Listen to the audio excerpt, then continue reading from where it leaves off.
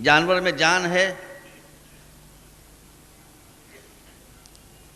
وہ چل رہا ہے پھر رہا ہے، تو یہ زندگی خرچ ہو رہی ہے، خرچ ہو رہی ہے۔ آپ چولہے میں کوئلہ ڈالیں یا لکڑی رکھیں اور اس میں آگ لگائیں تو وہ لکڑی کم ہونا شروع ہوگی، کوئلے جلنا شروع ہوں گے، ہے نا؟ تو اگر آپ آگ کو برقرار رکھنا چاہتے ہیں تو جتنے کوئلے کم ہو اتنے کوئلے پھر ڈال دیجئے، جتنی لکڑیاں جل رہی ہیں اتنی لکڑیاں اور ڈال دیجئے، تبھی تو آگ برقرار ہے، ورنہ آگ ختم ہو جائے گی، بجھ جائے گی۔ تو زندگی کا ایندھن ختم ہوتا رہتا ہے، اس کو مسلسل سپلائی کی ضرورت ہے، اس کو مسلسل سپلائی کی ضرورت ہے۔ اب جانور میں عقل تو ہے نہیں، تو اگر جانور کو بھوک نہ لگے تو وہ کھانا کیوں کھائے گا؟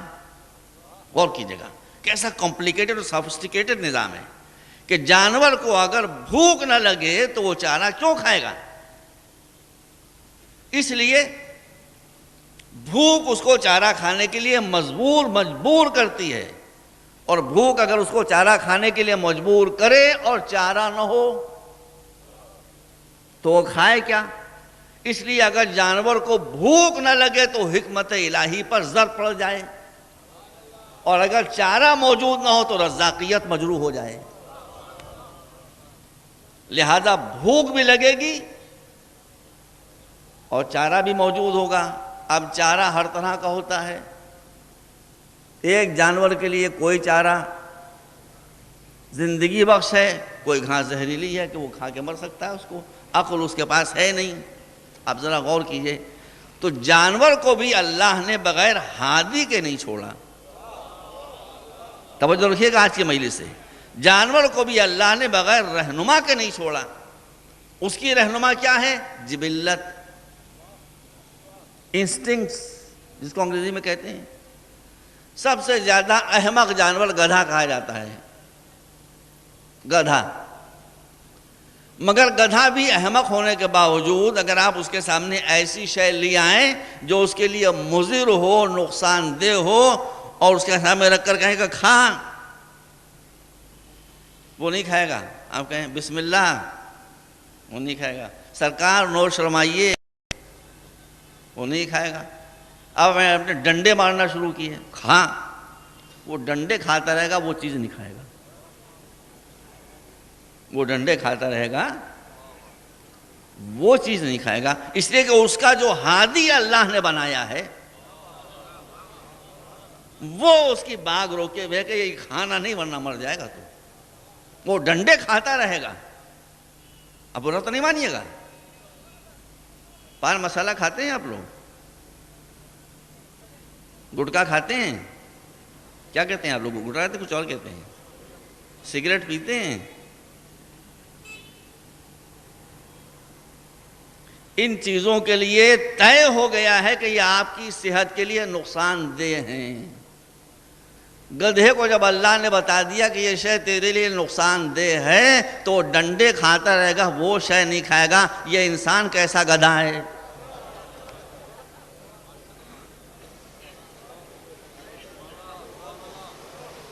کہ معلوم ہے کہ بھائی ہم یہ چیزیں کھائیں گے تو بلڈ پریشر ہوگا، کینسر ہوگا، یہ ہوگا، وہ ہوگا، وہ سب گوارا ہے، لیکن تمباکو چھوٹ جائے یہ گوارا نہیں ہے۔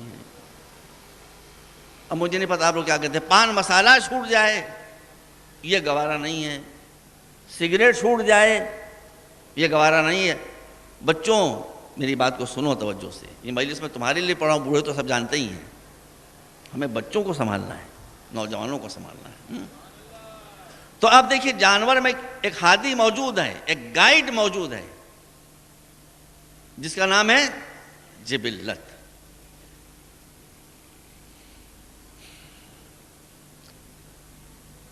بطخ کے انڈے لیجئے اور مرغی کے انڈے لیجئے، اور دونوں انڈوں کو مشین میں رکھ دیجئے یا کسی مرغی یا بطخ کے نیچے اس کو رکھ دیجئے۔ 21 دن کے بعد، 23 دن کے بعد وہ انڈے ٹوٹیں گے، اس کے اندر سے بچے نکلیں گے۔ اگر ایک تالاب کے برابر آپ نے یہ فارمنگ کی ہے اور انڈوں سے بچے نکلے ہیں تو مرغی کے بچے نکلنے کے بعد ہی تالاب سے بھاگیں گے اور چارے کی تلاش کریں گے خشکی میں، اور بطخ کے بچے دوڑیں گے فوراً پانی کی طرف۔ یہ کس نے بتایا؟ ان کو پڑھانے والا کون ہے کہ یہ جگہ تمہاری ہے اور یہ جگہ تمہاری ہے؟ سنتے رہیے گا۔ بلی کے بچے جب پیدا ہوتے ہیں تو کئی روز تک ان کی آنکھیں بند رہتی ہیں، ہے نا؟ پال کے دیکھ لیجئے کبھی۔ بلی کے بچے جب پیدا ہوتے ہیں تو ان کی آنکھیں کئی روز تک بند رہتی ہیں۔ وہ پیدا ہونے کے بعد جب ان کو بھوک لگتی ہے اور رزق الہی کی تلاش کرتے ہیں تو وہ اپنی ماں کے کان کو نہیں نوچتے،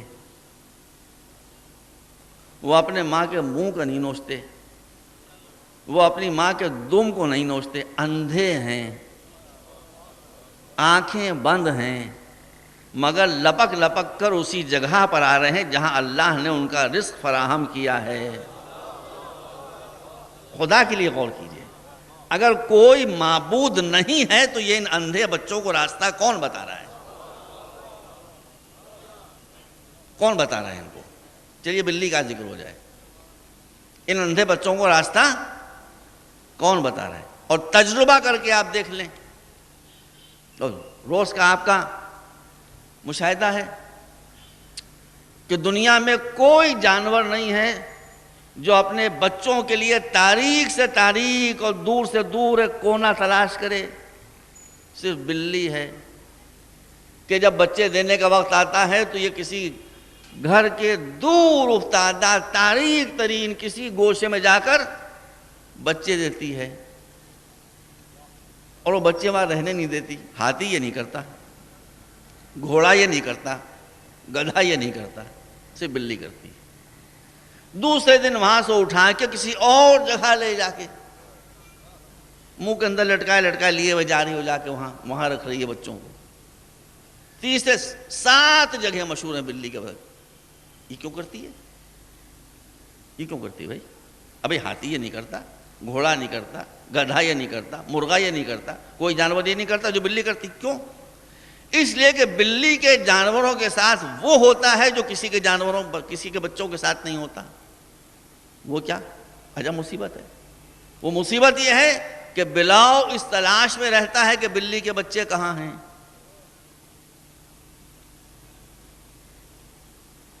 وہ بچے مجھے ملے اور میں کھا جاؤں۔ اس ماں کو کس نے یہ بات بتائی کہ اس کا باپ ان بچوں کی تلاش میں ہے، اس لیے وہ ایک پوشیدہ مقام پر بچے دیتی ہے، اور پھر اس کو یہ خیال ہوتا ہے کہ اگر وہ آ کر صبح کو یہاں دیکھ گیا ہے اور رات کو کھانے کے لیے آئے تو میں جگہ بدل دوں۔ یہ کون بتانے والا ہے؟ کوئی تو بتانے والا ہے۔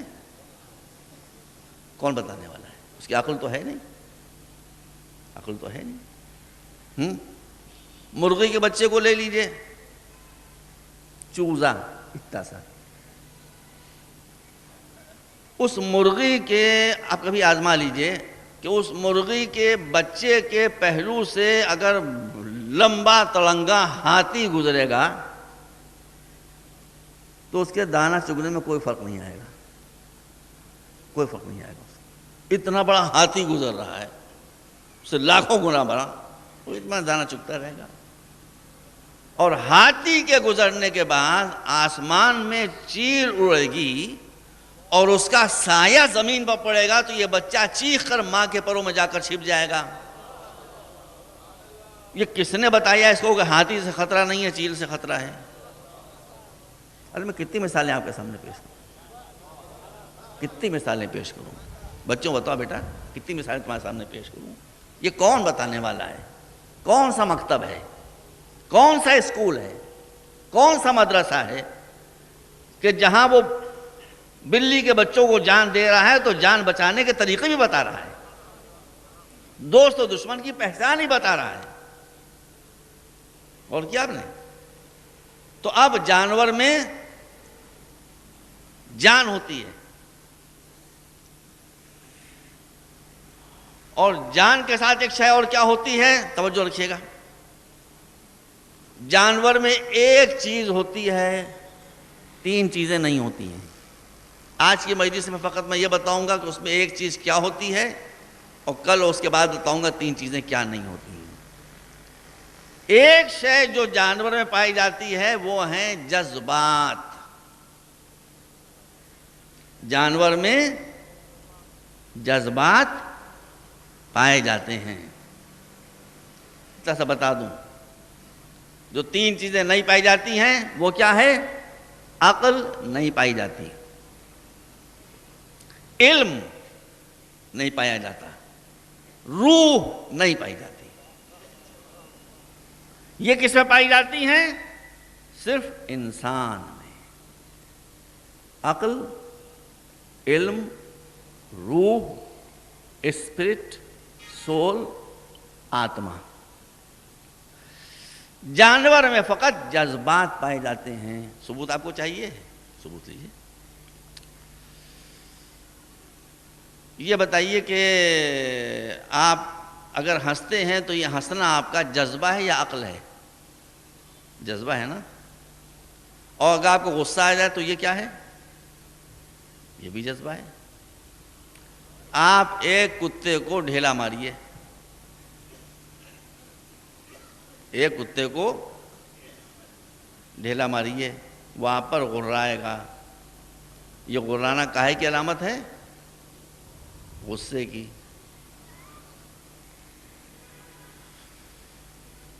جذبہ اندھا ہوتا ہے،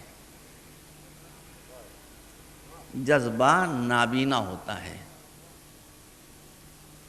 کالا ناگ جانور ہے۔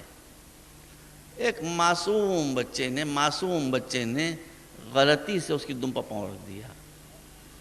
وہ یہ نہیں دیکھا کہ پیارا پیارا معصوم بچہ ہے، کیونکہ اس میں جذبہ تو ہے مگر عقل نہیں ہے۔ وہ پلٹ کے چپ سے اسے کاٹے گا اور بچہ ختم ہو جائے گا۔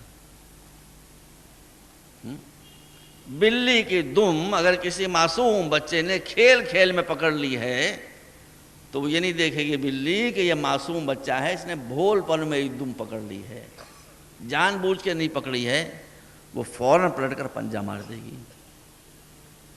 جس کتے کو آپ روٹی کھلائی ہے، جو دم ہلاتا ہوا آپ کے پیچھے پیچھے ہو لیا ہے، اتفاق سے ایک کرمنل آپ کے سامنے آیا اور وہ خدا نخواستہ آپ کے ساتھ کچھ بدتمیزی کرنا چاہتا تھا، آپ نے کہا موقع غنیمت ہے، آپ نے کتے سے کہا لے۔ 2 دن اگر آپ نے اس کتے کو روٹی کھلائی ہے، آپ کے لہے کرنے پر وہ آپ کے دشمن پر ٹوٹ پڑے گا اور بھنبوڑ کھائے گا اس کو۔ اور دوسرے دن ایک معصوم انسان جا رہا تھا، کوئی خطا نہیں، کوئی تقصیر نہیں، تفریحاً آپ نے کہہ دیا لہے، وہ اس کو بھی دوڑ پڑے گا، اس لیے کہ اس کے پاس عقل نہیں ہے، فقط جذبات ہیں۔ تو جو لوگ آپ کے جذبات کو ورغلانا چاہیں، آپ سمجھ لیں کہ وہ آپ کو انسانیت کے دائرے سے نکال کر جانوروں کے دائرے میں لانا چاہ رہے ہیں۔ سمجھیے جو بات میں آپ کے سامنے کر رہا ہوں، سمجھیے جو بات میں آپ کے سامنے عرض کر رہا ہوں۔ جذباتیت کا شکار آپ کو وہی انسان بنائے گا جو آپ کو انسانیت کے دائرے سے نکال کر حیوانیت کے دائرے میں لانا چاہے گا، جو آپ کو جذباتی طور پر اتنا چارج کر دے گا کہ آپ یہ دیکھیں گے نہیں کہ جس پر میں گولی چلا رہا ہوں یہ خطا آ رہی ہے بے خطا ہے۔ تو آپ میں اس کتے میں کیا فرق رہ گیا؟ کوئی فرق نہیں رہ گیا، بلکہ آپ معاف کیجیے گا اس سے بدتر ہو گئے، اس لیے اس کے بعد تو عقل ہے ہی نہیں، اور آپ پاس عقل ہے اور استعمال نہیں کر رہے ہیں۔ اسی لیے قرآن نے کہا اولئک کالانعام بل ہم اضل سبیلا، یہ جانور نہیں ہے، جانوروں سے بدتر ہیں، اس لیے کہ جانور کو تو ہم نے عقل دی ہی نہیں ہے، اس کی کیا خطا ہے؟ ان کو تو ہم نے عقل دی ہے اور یہ اس عقل کو استعمال نہیں کر رہے ہیں۔ بات کو سمیٹوں، حضور کے ذکر سے ہماری کوئی مجلس خالی نہیں ہو سکتی۔ بات دیکھ لیجئے، میں آپ کے سامنے تمام شیعہ اور سنی بھائی، اللہ سب کو سلامت رکھے، یہاں تشریف فرما ہیں، سب محمد رسول اللہ کہہ رہے ہیں۔